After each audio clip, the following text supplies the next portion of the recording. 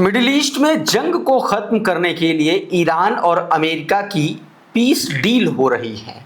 Peace deal बल्कि लगभग हो चुकी है, लेकिन डोनाल्ड ट्रंप की बदतमीजियों से अब ये साफ पता चलने लगा है कि वो इस डील को ज़्यादा दिन तक चलने नहीं देगा। और वैसे भी जिस डील का एक तरीके से बिचौलिया पाकिस्तान हो और जिस डील में जिसके साथ डील ट्रंप जैसे व्यक्ति के साथ अगर डील हो रही हो तो आप ये समझ सकते हैं कि उस डील का भविष्य कितना होगा और कितने दिन तक चलेगा। और शायद ये बात ईरान को भी बहुत अच्छे से पता है। आपको पता है मैं ये बात क्यों कह रहा हूं?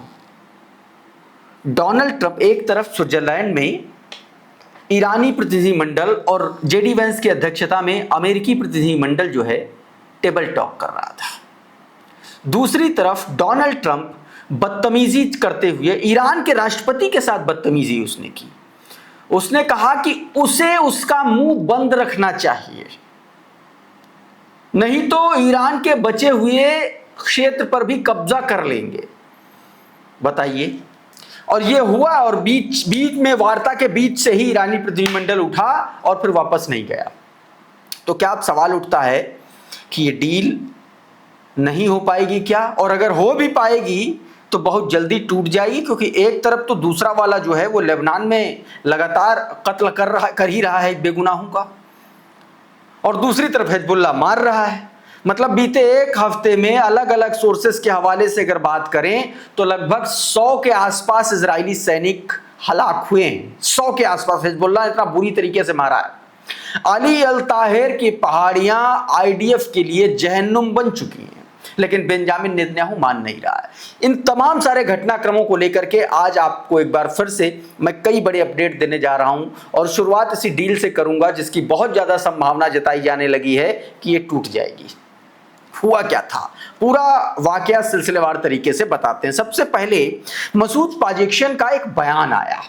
मसूद पाजेक्शियन ने यूरेनियम के एनरिचमेंट को लेकर के और जो उसकी ईरान की जो फ्रोजन एसेट्स हैं उसको लेकर के एक बयान दिया। आपकी स्क्रीन पर यही वो बयान है जो आप इस वक्त देख रहे हैं। इसी बयान में उन्होंने कहा था, रॉयटर्स के हवाले से छोटा सा हिस्सा पहले आप देखिए। We will not give up our right to enrichment, and they too will be forced to accept it. You all know what the so-called President of the United States was saying. He has made a complete 180-degree turn. He was saying that Iran must surrender unconditionally. Iran has no right to do this, it has no right to do that. Then he gave a speech and said that Iran has the right to do this, it has the right to possess this. In other words, he has reversed himself by 180 degrees compared to his previous positions and has accepted that they cannot ignore our rights.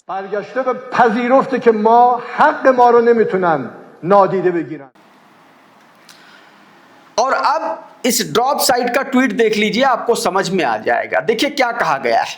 सीधे तौर पर इस बयान में जो कहा गया है मसूद पाजेक्शियन की तरफ से, उसमें यह कहा गया है कि ईरान अपने यूरेनियम के एनरिचमेंट का अधिकार अपने पास रखता है, और सीधे तौर पर उन्होंने ये भी कहा कि इसके लिए मतलब हम परमाणु हथियार नहीं बनाएंगे, इसको हम लिखित में भी दे सकते हैं, लेकिन जो है यूरेनियम का एनरिचमेंट हमारा अधिकार है और हम करते रहेंगे। पाजेक्शियन ने आगे कहा है कि अमेरिका की ये मांग है कि परमाणु बम हम न बनाएं। ये कोई नई बात नहीं है और हम नहीं बना रहे हैं, और हम इसको लिखित रूप में भी दे सकते हैं। हमारा कोई इरादा नहीं है परमाणु बम बनाने का, लेकिन हम यूरेनियम का जो संवर्धन है वो हमारा अधिकार है और हम उससे पीछे नहीं हटेंगे। और दूसरी तरफ उन्होंने ये कहा कि अमेरिका के पास इसे स्वीकार करने के अलावा कोई दूसरा रास्ता नहीं है। साथ ही यह भी कहा कि बातचीत की जो प्रक्रिया जिनेवा में चल रही है वो कतर में उसके रोके गए 6 अरब डॉलर जो हैं वो वापस करे, फ्रोजन एसेट्स जो है वो वापस करे, इस पर बातचीत की।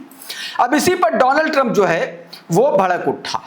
डोनाल्ड ट्रंप ने क्या कुछ कहा है, फॉक्स न्यूज ने बताया है, छोटा सा हिस्सा सुनिए जरा पहले। Also reacting to that, take a listen. We will not give up our right to enrichment, and they too will be forced to accept it. You all know what the so-called President of the United States was saying. He had made a complete 100-degree turn. He was saying that Iran must surrender unconditionally. Iran has no right to do this, it has no right to do that. President Trump, during our call, responded directly to those comments by Iranian President Masoud Pezeshkian. President Trump told Fox News he better watch his mouth, he better shape up, or we'll take over the rest of the country. And so clearly the president reacting directly to these comments from Iran's President Masoud. अब जरा इस tweet को देखिए। बताया कि उसे अपनी जुबान संभालनी चाहिए। ये डोनाल्ड ट्रंप का कोट अनकोट ट्वीट में मैं आपको बता रहा हूं। क्या कहा कि उसे अपनी जुबान संभालनी चाहिए। ये ईरान के राष्ट्रपति के लिए संबोधन है। उसे सुधर जाना चाहिए, नहीं तो हम देश के बाकी हिस्से पर भी कब्जा कर लेंगे। इस तरीके की बदतमीजी डोनाल्ड ट्रंप ने की और ईरान का जो प्रतिनिधि मंडल है वो दोबारा वार्ता में गया ही नहीं। मैं क्यों कह रहा हूं?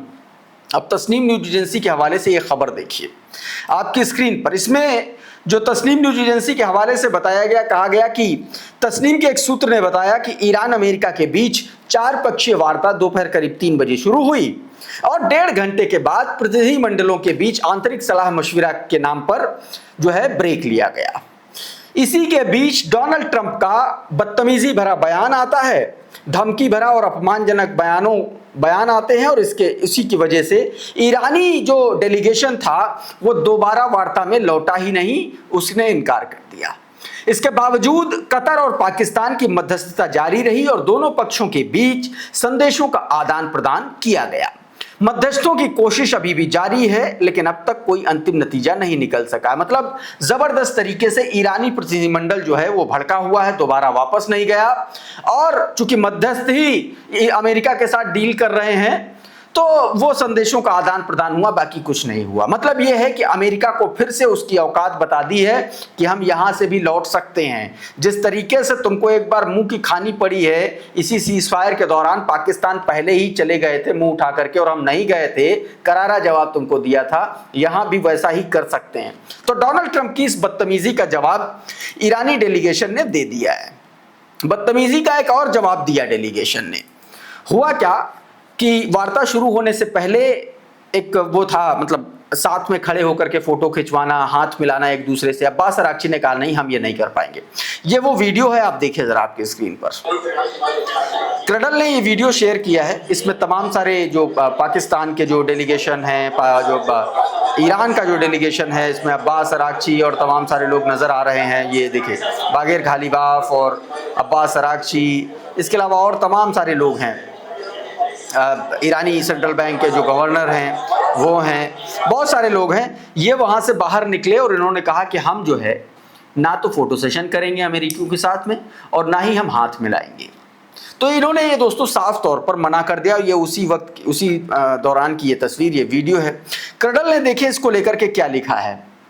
क्रडल ने बताया कि तस्नीम न्यूज एजेंसी के मुताबिक ईरान के वार्ता दल ने स्विट्जरलैंड में बहुपक्षीय बातचीत की शुरुआत से पहले अमेरिकी प्रतिनिधिमंडल के साथ प्रस्तावित हैंडशेक और संयुक्त फोटो सेशन को ठुकरा दिया। रिपोर्ट के अनुसार ईरान के विदेश मंत्री अब्बास अराक्ची और उनकी टीम ने आयोजकों को साफ बता दिया कि अमेरिकी प्रतिनिधिमंडल के साथ किसी भी संयुक्त फोटो सेशन में हिस्सा नहीं लेंगे।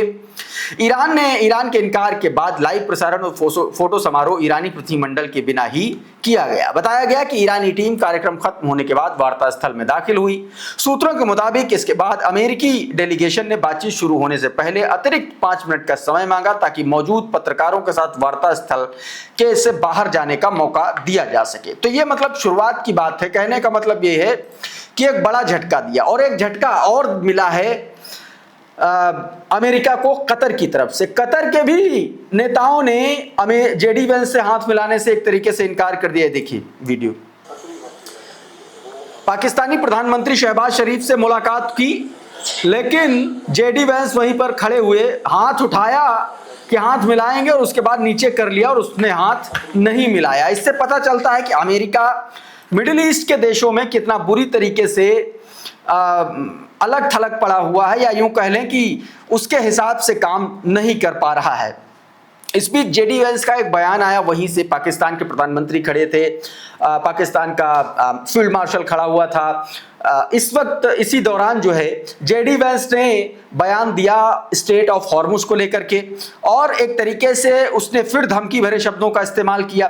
क्या कुछ कहा है आपकी स्क्रीन पर ये बयान जरा सुनिए पहले। People, but I think the world. The opening of the Strait of Hormuz, the ending of the Iranian nuclear program, all of these things have already been accomplished. The question before us now is how much more can we accomplish together? Can we turn over a new leaf? Can we change relations in the Middle East permanently?